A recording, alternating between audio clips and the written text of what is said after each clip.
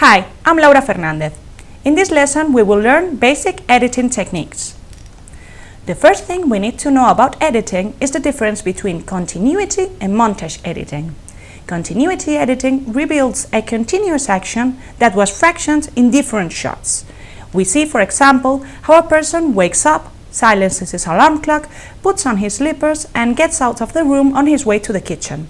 There is a spatial and temporal relationship between the shots. On the other hand, montage editing uses juxtaposition. This works as an enumeration, as it places shots with no spatial or temporal relationship between them. For example, a fluffy toy, a crib, a playground, an abandoned ball. These shots are linked by an idea, in this case, childhood. Continuity editing is based on action cutting. This means that an editor will cut a shot in the middle of a subject's action. We see, for example, how this person starts jumping in a close-up, how he continues to jump and starts kicking in a frontal long shot, and then we will see the actual kick in a lateral long shot. It appears to be continuous, although we have used 3 shots to present the action.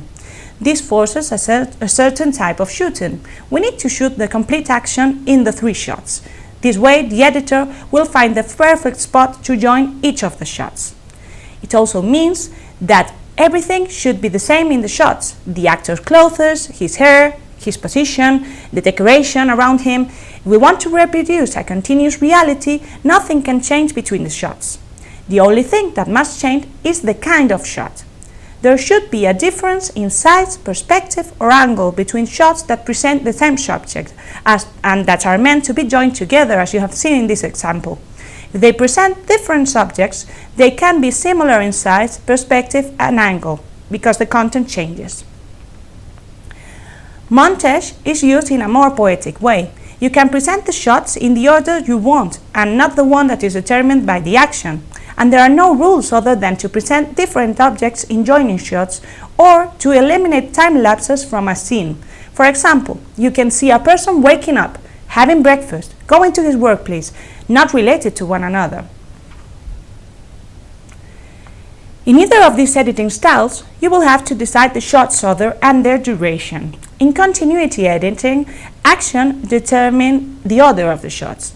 You cannot show a person putting his slippers on before he wakes up, for example. It is also necessary to start scenes with a long shot that establishes the situation and character's spatial position, then to change to medium shots, and then to get to close-ups when the situation gets critical or emotional. We need to remind that if successive shots present the same subjects, there should be some difference in size, perspective, or angle between them. In continuity editing, each shot's duration will depend on action cutting. If the action lasts 3 seconds, we may divide it into 2 shots, but it will still last 3 seconds if we want to cut throughout the action. But there is something we can manipulate: rhythm. We can choose to use lots of different shots to fraction the same action. This way, the audience will have less time to read every shot, and this will make him anxious. If we reduce the duration of consecutive cuts, we will also achieve to accelerate the audience's anxiety. But if we make each shot longer, they will be relaxed, as they will have more time to read each image. Montage editing allows us to use the shots in whichever order, duration, or rhythm we want to apply. The goal here is to translate an idea through images or to transmit an emotion to the audience, so poetic licenses are allowed. There are no rules whatsoever. Editing also needs to focus on sound. It is very important to bear in mind that if there are image cuts, there should be a continuous sound throughout them. If we cut in action, or if we juxtapose 2 images, we need to have a sound that links both shots.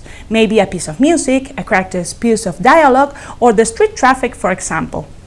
If there are sound cuts coinciding with image cuts, the audience will not film the filmic reproduction as authentic. The action continuum will be broken in continuity editing. On the other hand, montage also works better if there is a sound joining the different shots, if there is a continuous sound.